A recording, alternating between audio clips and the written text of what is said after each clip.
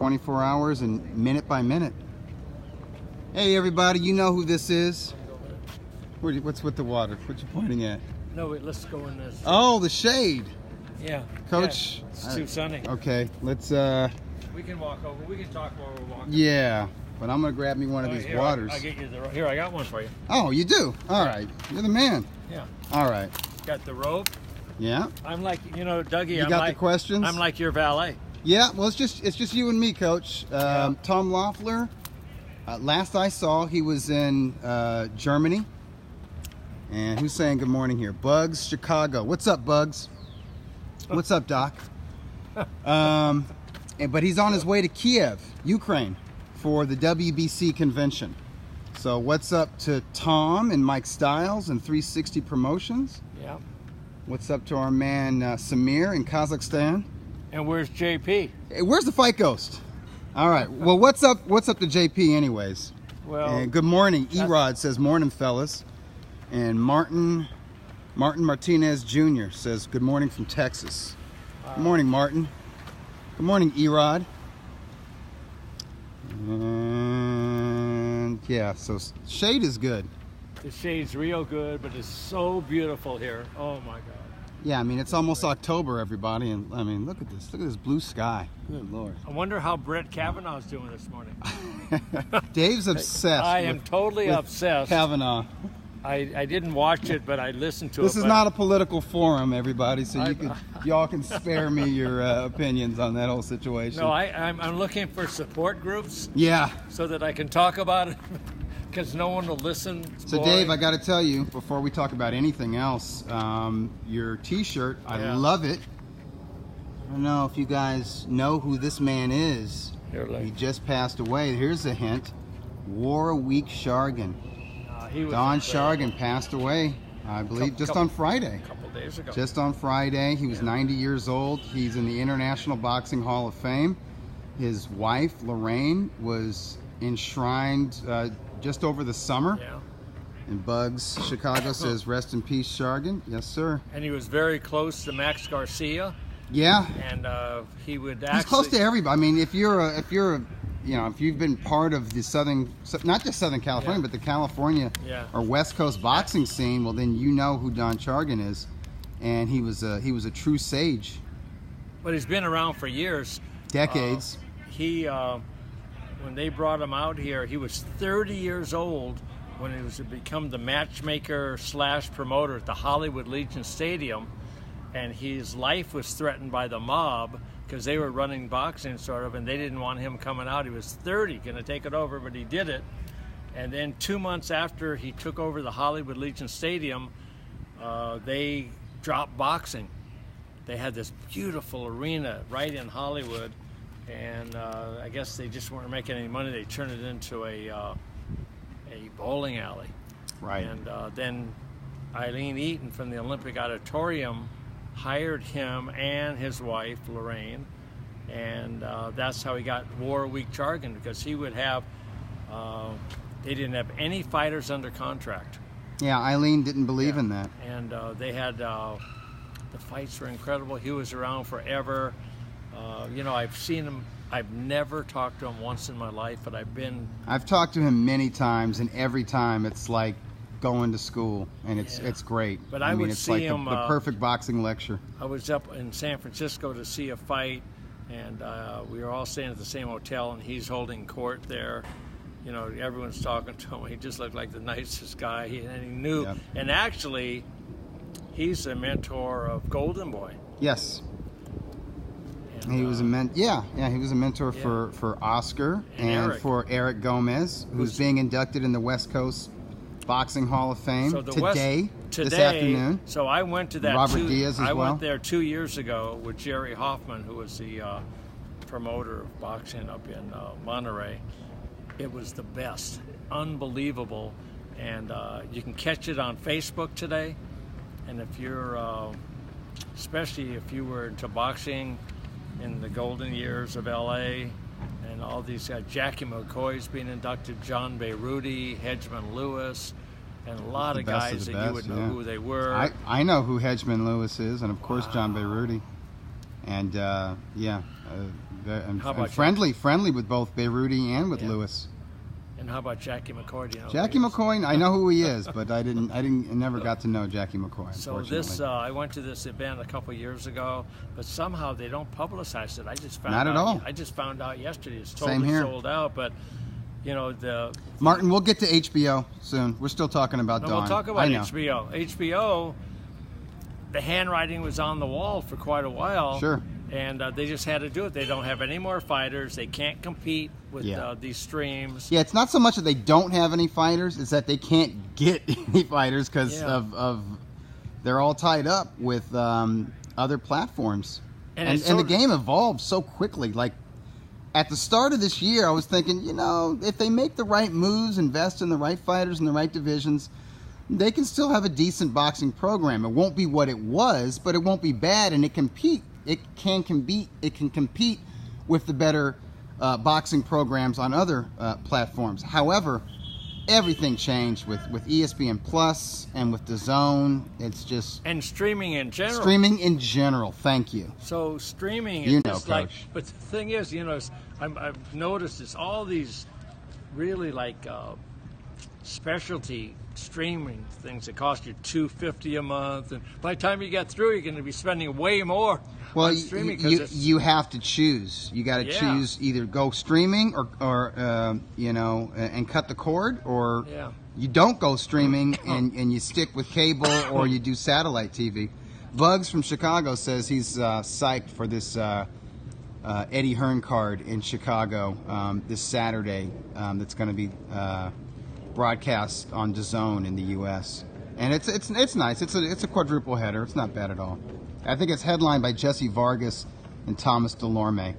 I'm looking forward to the Danny Rahman fight, the Daniel Rahman junior featherweight title bout. So right, Bugs? That'll be a good fight, right? It's a great time to be a free agent, and it's sort of coincidental that Canelo and Triple G's contracts with HBO coming up at the same time. Exactly. And so it's good for both those guys.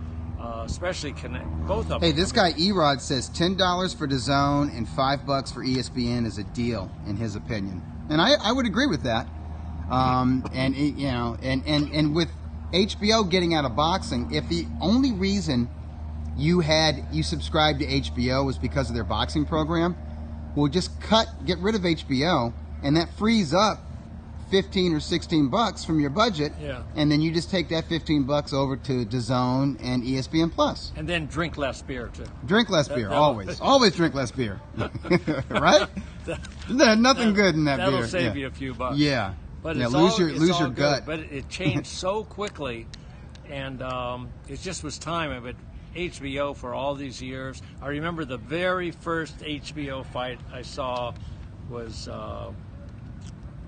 Talked about it was Jerry Cooney. Cooney knocked out Ken Norton in the first round, and I believe that was 1981. And so it was like, good morning, Jacob. Nobody had HBO, so Don Familton and I rented a room at a hotel by LAX airport to see the fight because they had HBO, and right next to us was Ross Fields, who had just embezzled $27 million. He's in the next room over, but I remember that. So we had this room, it was first round knockout, and HBO, they'd been around for a while, but they weren't in our area. But Larry Merchant, still Larry Merchant's great. Yeah. And they sort of... elder statesman of boxing broadcasting and now, the thing, even though he's not working. He's that guy. There's a guy who commented that he heard rumors of YouTube getting involved in boxing streaming, and to that I say the more the merrier. That would be. To that I'm like, all right, let's go. That'd be incredible. And this guy says, but we need Lampley on commentating, and maybe he gets picked up somewhere. Maybe. He might be. Well, definitely ESPN can use Max on their broadcasts, or in some boxing capacity, obviously. Well, I love Roy Jones. Max. This guy Erod says Lampley to DAZN. Sure, why not?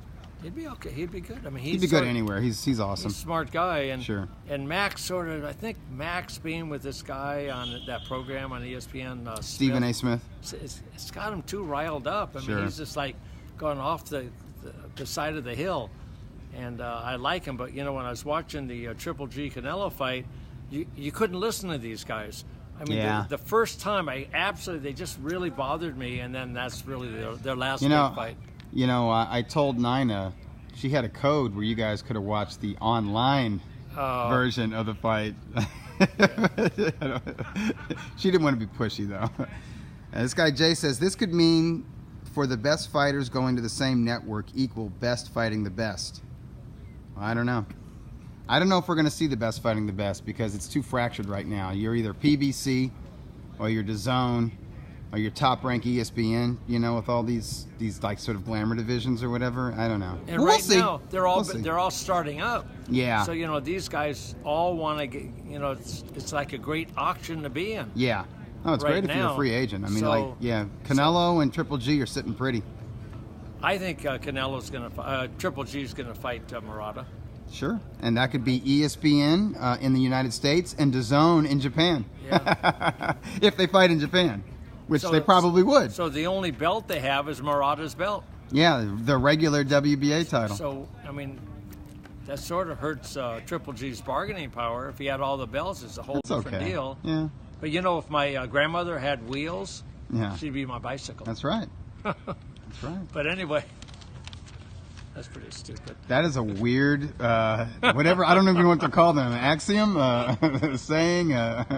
So we'll see what happens. Here Word is Lampley is staying with HBO and working on new projects. That makes sense. He is, yeah. Max and Roy free after last card. Well, you know, I'd love to see Roy on, you know, on, I don't know, ESPN, DAZN, Showtime. I don't care. I remember the first fight. I don't. You know. The only thing I care about, good fights.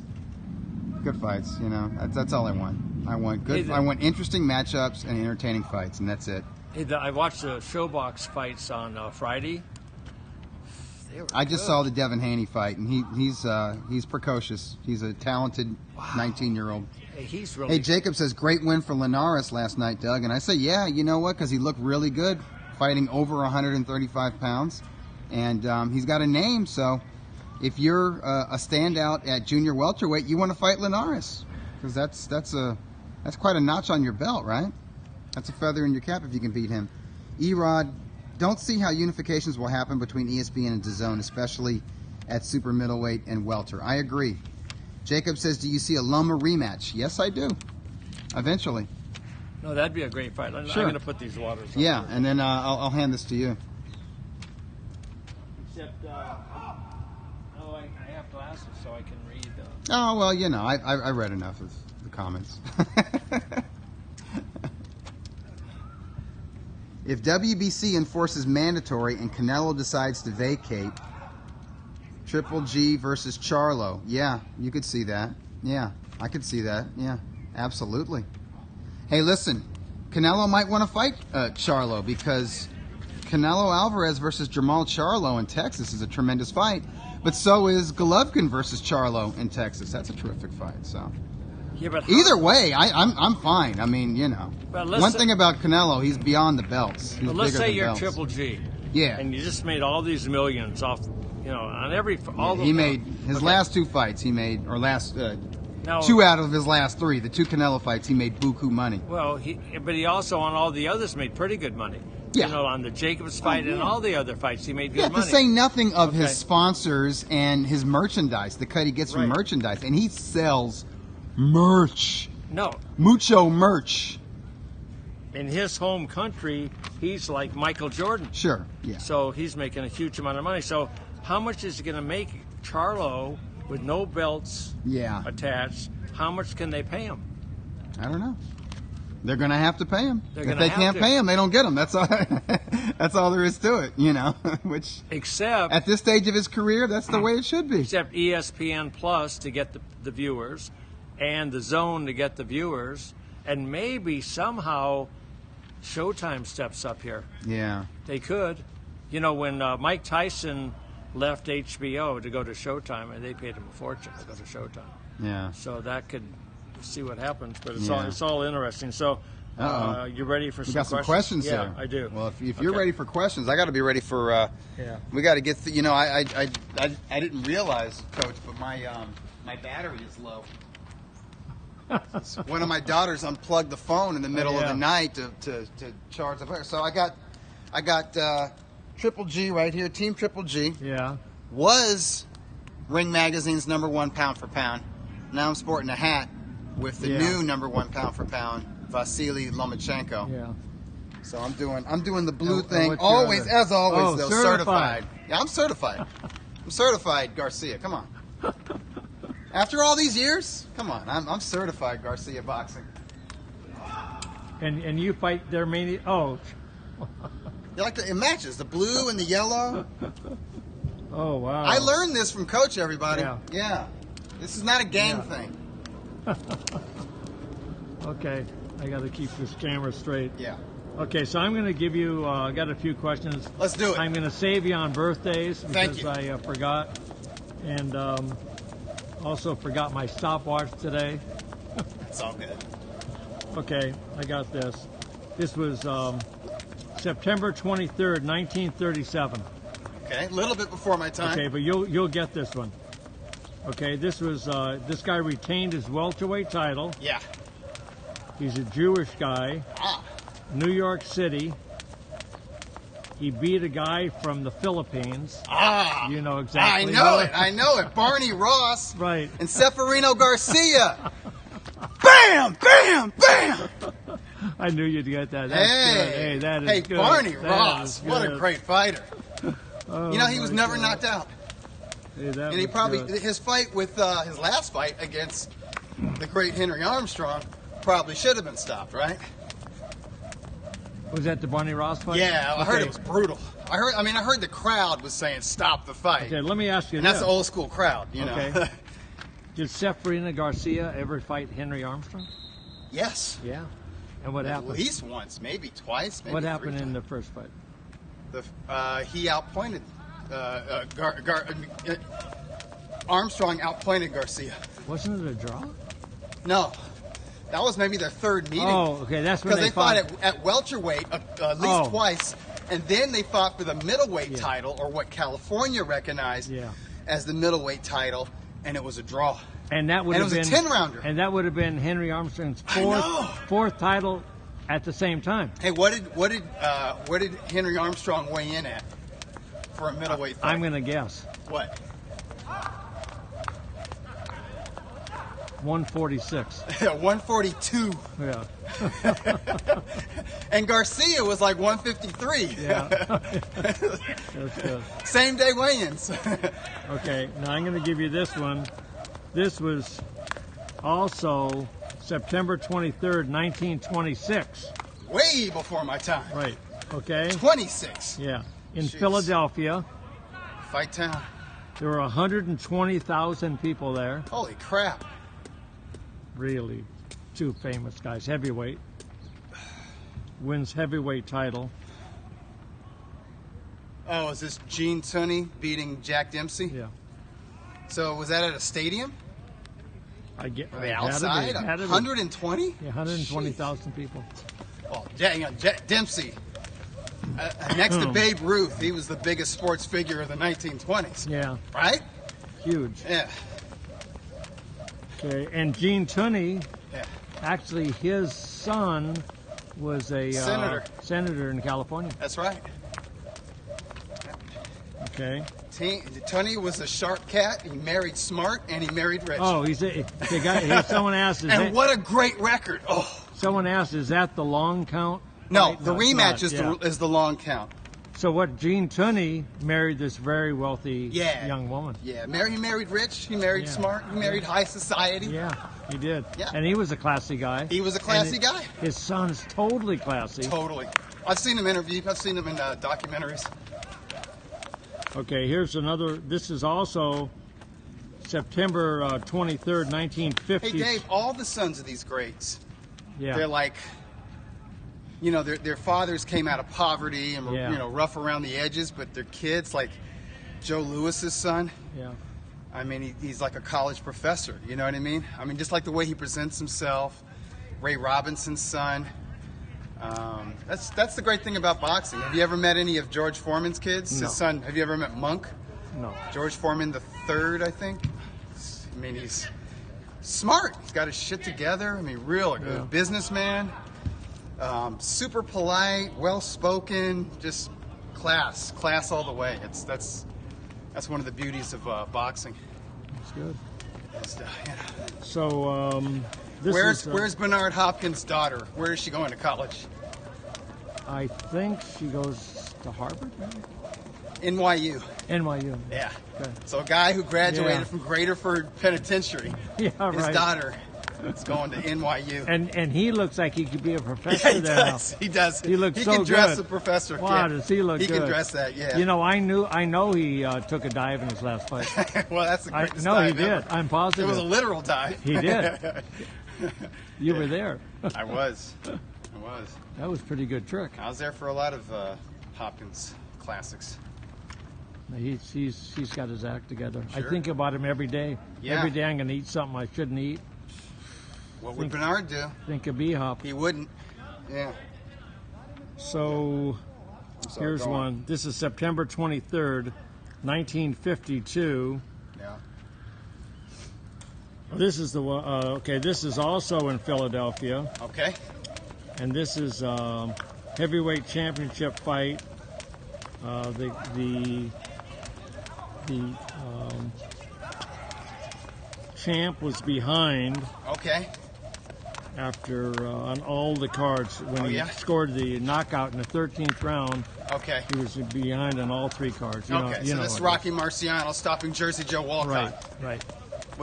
Some people call that the perfect punch. That punch. Oh, some folks say it's the left hook that Robinson landed on Fulmer in the rematch. Other people say it's just that right hand. Yeah.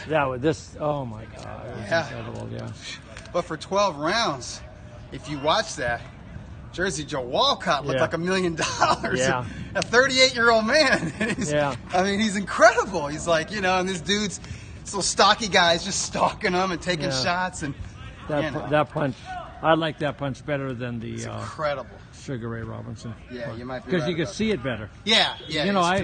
When that Sugar Ray Robinson punch, it's just sort of that one punch and was incredible, but I don't know, it's just sort of hard to even see. You know it's coming. Well, I think the Marciano punch, it's more dramatic because of the way that Walcott sort of implodes. Yeah. He just kind of. Yeah. Some guy just asked the question, did you ever see a double knockout? When both guys were out? No, I've seen double knockdowns. I've even seen double knockdowns in sparring. It's pretty exciting. Yeah. I've never seen a double knockout though. I don't know that that's ever happened. Okay, here's also September 23rd. That's a huge day. 1957, Yankee Stadium. I watched this on theater at the theater.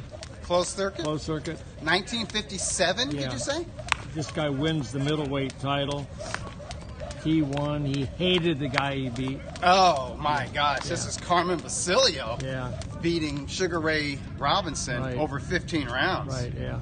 And that was a grudge match. Yeah. Basilio was a surly bastard. That's a real grudge match. Sugar Ray Robinson disrespected him in front of his wife. Yeah. So he's like, I'm gonna get that son of a bitch. Yeah, he did. Yeah. Okay. Okay. Here's one. I've met Carmen. I met Basilio. No, I met World Boxing. Yeah, I met him. Hall of Fame. He'd be there. What a great guy. And he was sharp. And Fulmer was there too. Fulmer not quite as sharp, but and nice guy. And Emil Griffith was there. And who else? Carl Bobo Olsen was there. Yeah, he was there. I met the guy from Panama the night before. And I did a bunch of interviews. Great fighters. You were a young man. I was. Yeah, it was 20 years ago. Yeah. Yeah, how about that? Someone just said, morning, gentlemen. Morning. Read who it is.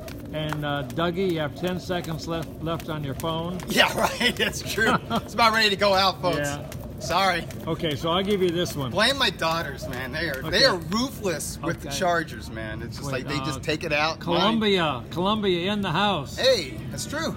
But JP's not in the house. Yeah. JP. You know who's also Columbia grads? Harold Letterman and Max Kellerman. Yeah, and also the guy that does he's now with Jason Whitlock on TV. He just switched over. Oh, yeah, Marcus. No, Yeah, he used to be Really with good. Max Kellerman. They had a show. Yeah, they did. Yeah, Marcellus. Marcellus Wiley, Yeah, right? yeah. He's good. He's I like really him. good. Yeah. So he talks about when He's they got great energy. they upgraded.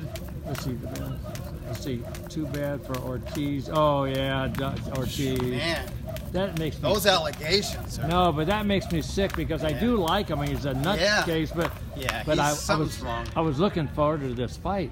Oh, with John Molina. Yeah. Yeah. Yeah, it was supposed to happen today.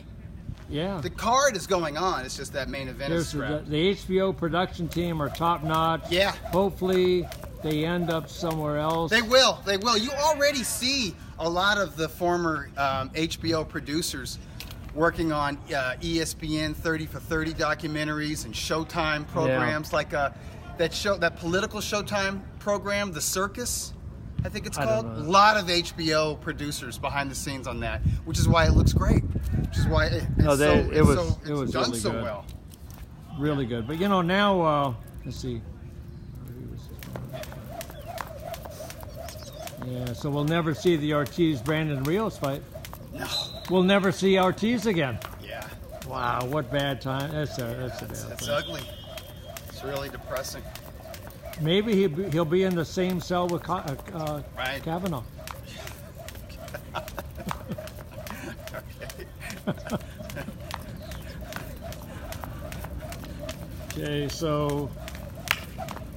Okay, here's one.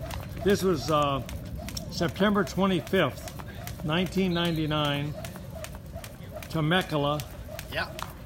This guy made his welterweight Sugar debut. Shane Mosley. Yeah. He stopped Wilfredo Rivera in the 10th and final round. Right, you got. And he struggled a little bit. Yeah. Busted his hands up. Hey, That Puerto Rican had a hard head. Hey, was that a great move by them? Oh, incredible! I mean, go right to the glamour division. No, whatever you say about Jack, That was smart. that was very. But they knew smart. they had Oscar's number too. Yeah. And let me tell you something. Everybody in the LA gyms knew Shane would win that fight. Yeah. With De La Hoya. Top Rank didn't know. And most of the country didn't know. Like outside of LA. But in LA, if you've been following Mosley, not following his fights, but following his training, his sparring sessions and stuff like that, just like, Yeah. there was a time, Shane Mosley from like 95 to 98, 99, oh my God. I mean, Here's the guy said Shane. better than fights, he was so incredible, like in the gym. Because he wasn't fighting, because to make 135, he drained himself a little bit. Yeah. But in the gym, he could, boxing at like between 140 and 145, he was off the charts. He was amazing. Best stuff I've ever seen. And there was the talent here that could get in there and give him work, like Hector, the late Hector Lopez. Remember him? I do. Man, he was crazy. He was incredible. Loco, man. I love that. He was crazy, but he was real OG. He was really good. That was a real vato. Here, how about Lomo versus Shane at 135? I would go with Shane Mosley, definitely. Too big, man. Too big, too fast, too busy. Here's this other guy said. I mean, Linares put him on his ass, folks. Come on. Well, Hey, something. Hey, Loma is really a natural junior lightweight featherweight. He's not. I mean, he's kind of pushing it going to 135. But he's so marvelously talented and skilled. Loma. He can do it. How can you not love Loma? And I love his dad. His dad's incredible. Love his dad. So you know who? We should drive up to Oxnard. Yeah. Yeah, absolutely. He's there. Hey, so do you know who benefited the most of Shane moving up to welterweight in the long run? Oh, Vernon Forrest, right? Jin. Oh, that's a good one. You're right. Jin. Yeah, you're right. Yeah. That's true. That's good. That's a good one. That's funny. It's true. It is true. It's not funny. So it's you tragic. know, we were in New York when he was fighting Vernon Forrest for the first time. Sure. Jin was there, and they were in the saw same hotel. All they were doing was screaming and arguing about the prenup. Oh yeah. He wasn't in the right mind. He wasn't in a good mindset going into that first fight. No. But I don't want to take anything away from the late Vernon Forrest, because Forrest had his number, and he did, just like Shane had Oscar's number. Yeah. Well, Vernon had Shane's number. did. No biggie. You know the great thing? Shane fought those guys. Shane didn't stay away from a Vernon Forrest or from a winky right. Here's you know what one, I'm saying? Dougie. Have you ever sparred other journalists for fun? No, I wouldn't spar for fun. Yeah. I've sparred. Yeah. Never a fellow journalist. Yeah. I've been in there with like young boxers. You know. Yeah. Maybe. You know, the webmaster for House of Boxing and Max Boxing, Gary Randall. He and I sparred some. Oh, really? This is like more than 20 years ago. So I mean, you know. Hey, how about this one? De La Hoya versus Canelo. I would go with De La Hoya, like from the junior middleweight version of De La Hoya from 2000 to 2002. I would go with De La Hoya on points. But beyond that, I would go for Canelo by decision. And at middleweight, I love Canelo. I love Canelo at that. Here's one, Shane versus Winky And I Wright. think Oscar would agree with me. How about that? Absolutely. I think he would agree with that assessment. Although I have a new respect for Canelo. He handled this whole thing pretty well. He's real good. He's real good. He's getting better. He is definitely getting better. He's getting better. And you know, this whole thing might have helped him. Yes, totally. I mean, just sort of matured him. Absolutely. You know, focused him, and you know, he went through a lot of crap. Okay, I got this one. You got them all so far. Batting 1,000. Wait, some of these aren't that easy. No. So, you know, we're going to have to... Okay, I'll give you this one. London. The show will be over when my phone shuts off, Dave. London. And it will shut off very soon. Anyway, I think we should cut it off because I'll just give you this last one. Hey, London, more. September 24th, 1994. Wins WBC heavyweight title. You know it for sure. This is 1994. Yeah, KO too. Oliver McCall, the Atomic Bull out of Chi-Town, Chicago, where Eddie Hearn is bringing big-time boxing back, only on DAZN in the U.S. October 6th. I don't know the arena, but it's in Chicago. Yeah, Oliver McCall, huge upset over Lennox Lewis. Yeah. Wow. And how many people said Lewis is a bum? He sucks. Typical English heavyweight.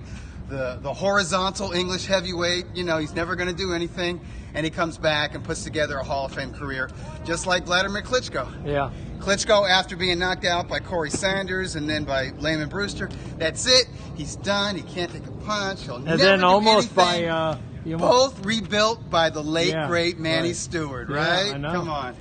It ain't over till it's over. You know, it ain't over till it's over. Eubank Jr. apparently considering moving up to heavyweight. Sure, go for it. Why not? Fight Usyk. Fight the Usyk Bellew winner. Wow. Usyk, go for it, kid. Hey, Usyk is so good. Hey, so anyway, it's gonna go off. Everyone should, if you get a chance, watch that West Coast Boxing Hall of Fame. Boxing on Facebook. Find it on Facebook. It's on. I think it comes on like noon or 1. Yeah. It's going to be incredible. Rest in peace, Don Chargan. Rest in peace, HBO. HBO Boxing. Hey, I mean, HBO Boxing. Was some great traditions, yeah. I mean, that HBO Boxing. But Larry Merchant, I mean, he was the best thing ever on that.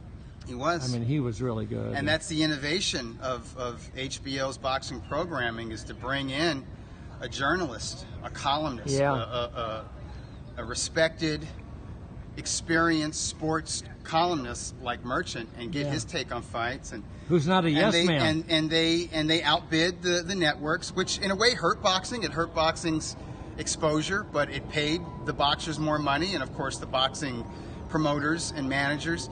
But taking it off of commercial TV, it gave them the room to do a lot of innovations, such as, hey, let's put the audio between rounds in the corners. That becomes the story of the fight. Like what's happening, that builds the drama. You know, bringing in CompuBox, bringing in an unofficial judge like Harold Letterman. There's a lot of innovations that added to it, and sometimes controversial, in a controversial manner.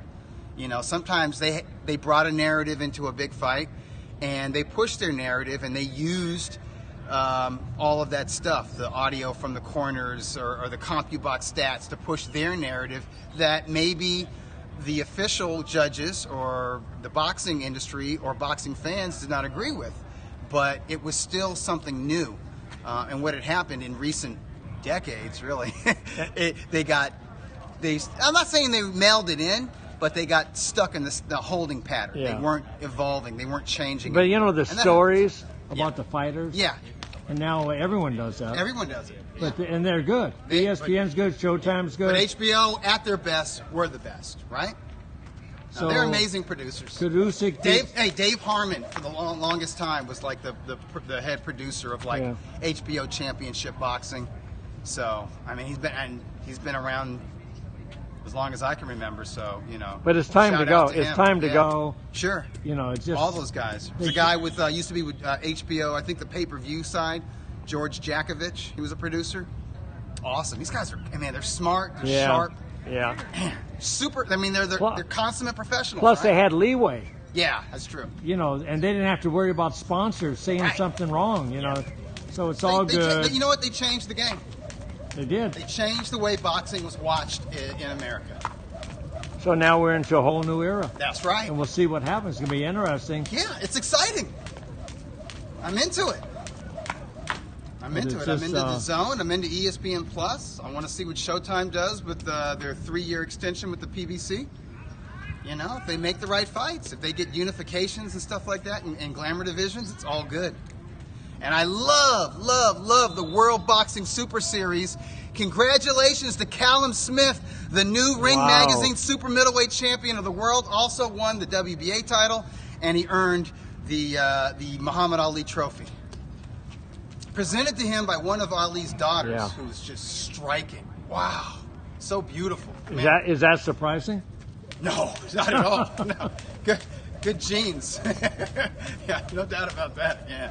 Well, now we'll see. We're on to the future. That's right, man. We're in the future. We're in the future. The future is now. It is right now. It happened. Right. You know, it happened quickly, but it wasn't so quick. Yeah. I mean, it was just. It's good timing. Yeah. It's all perfect. It's been building up, and then it exploded this year. Yeah. This week. Yeah, this week. I mean, you could see it coming. They had to do it. No, but I'm just talking about the new platforms, major platforms emerging. Like it's been building up, but then in the world of boxing, it just exploded this year. You know, that would be something if YouTube goes to boxing too, which could be. The more the merrier. It could happen. Hey, I welcome Netflix. Come on. They could do it too. Amazon Prime. Let's do it. Anyway, Dougie. Yeah. You going to drive carefully this week? I am. Really careful. Extra carefully. I hear it's going to rain. It's supposed to rain. Extra careful. I'm going to get extra sleep. Put the phone away. I'm going to be in a good mood when I drive. You're always in a good mood. Yeah, I'm going to be singing. I do. I actually do. You know, you know why? Because I talk to myself and I sing. But this is what you have to say every morning when you wake up. What? You have to say to yourself, Dougie. There's 2 choices. Dougie, I have 2 choices today. And I have to pick one of them. Gotta pick one. I'm either going to be happy, or I'm going to be very happy. Very happy. And if you do that, if you say it in the morning and maybe a few times during the day, it really works. All right. It really does. So you have to drive carefully. You have to be a positive thinker. I am. You have to love everybody. You have to. Because everyone's good. Everyone is good. And you boys and girls at home, and we want you to do the same. And Larry, if you're watching this, Larry, what's up, Larry? Larry's in the hospital. Get well soon, man. And we're all thinking about you, Larry, and everything's going to be good. Yep. And we love you, Larry. And we love everybody. Yes, we do. Okay. Anyway, adios. Do you know how to turn it off? I do.